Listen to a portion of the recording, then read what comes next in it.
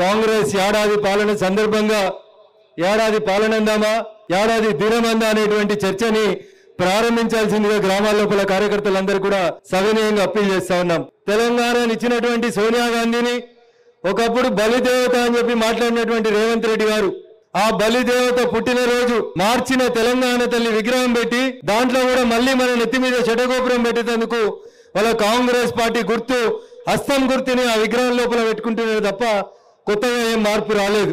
BRS పార్టీకి కాంగ్రెస్ పార్టీకి మధ్యలో ఏమన్నా తేడా ఉందా అంటే అప్పుడు ఒక్క కుటుంబం దోసుకుంటుండే, ఇప్పుడు డజన్ల కొద్ది కుటుంబాలు దోసుకుంటా ఉన్నాయి తప్ప పెద్ద తేడా అంటూ కాంగ్రెస్ కి టీఆర్ఎస్ కి మధ్యలో ఏం లేదు.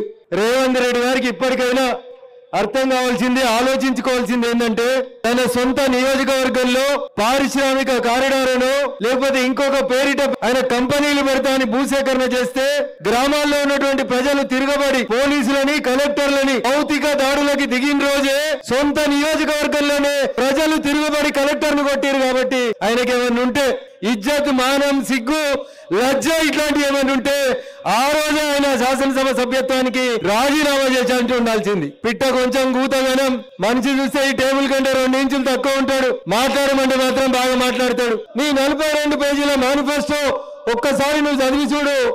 ఆ మేనిఫెస్టోలో రైతులకి గిరిజనులకి దళితులకి నిరుద్యోగ యువకులకి మీరు చేస్తా అని చెప్పి అటు సోనియమ్మ నోటో ఇటు ప్రియాంక గాంధీ నోటో అటు రాహుల్ గాంధీ నోటో పలికిచ్చినటువంటి చిలుక పలుకుల్లో ఏ ఒక్క పలుకునన్నా మీరు ఈ రోజు దాకా అమలు చేసిరు అనేది దయచేసి ఒక్కసారి రేవంత్ రెడ్డి ఆలోచించుకోవాలి.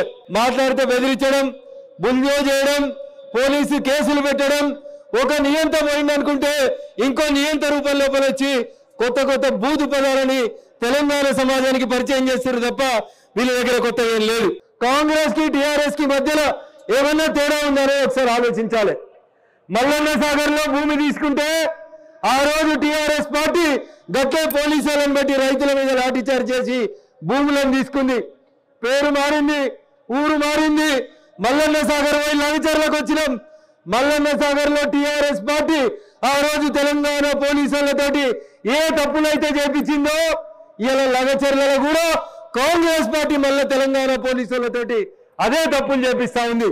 భవిష్యత్తులో అసలు సిసలుగా తెలంగాణకి ఏమైనా న్యాయం చేయాలంటే అది కేవలం భారతీయ జనతా పార్టీ తోటి నరేంద్ర మోడీ గారి నాయకత్వంతో మాత్రమే సాధ్యమవుతుందనేటువంటి విశ్వాసాన్ని మనం గ్రామాల్లో కల్పించాలని మీకు అందరికీ కూడా సవినయంగా అప్పీల్ చేస్తూ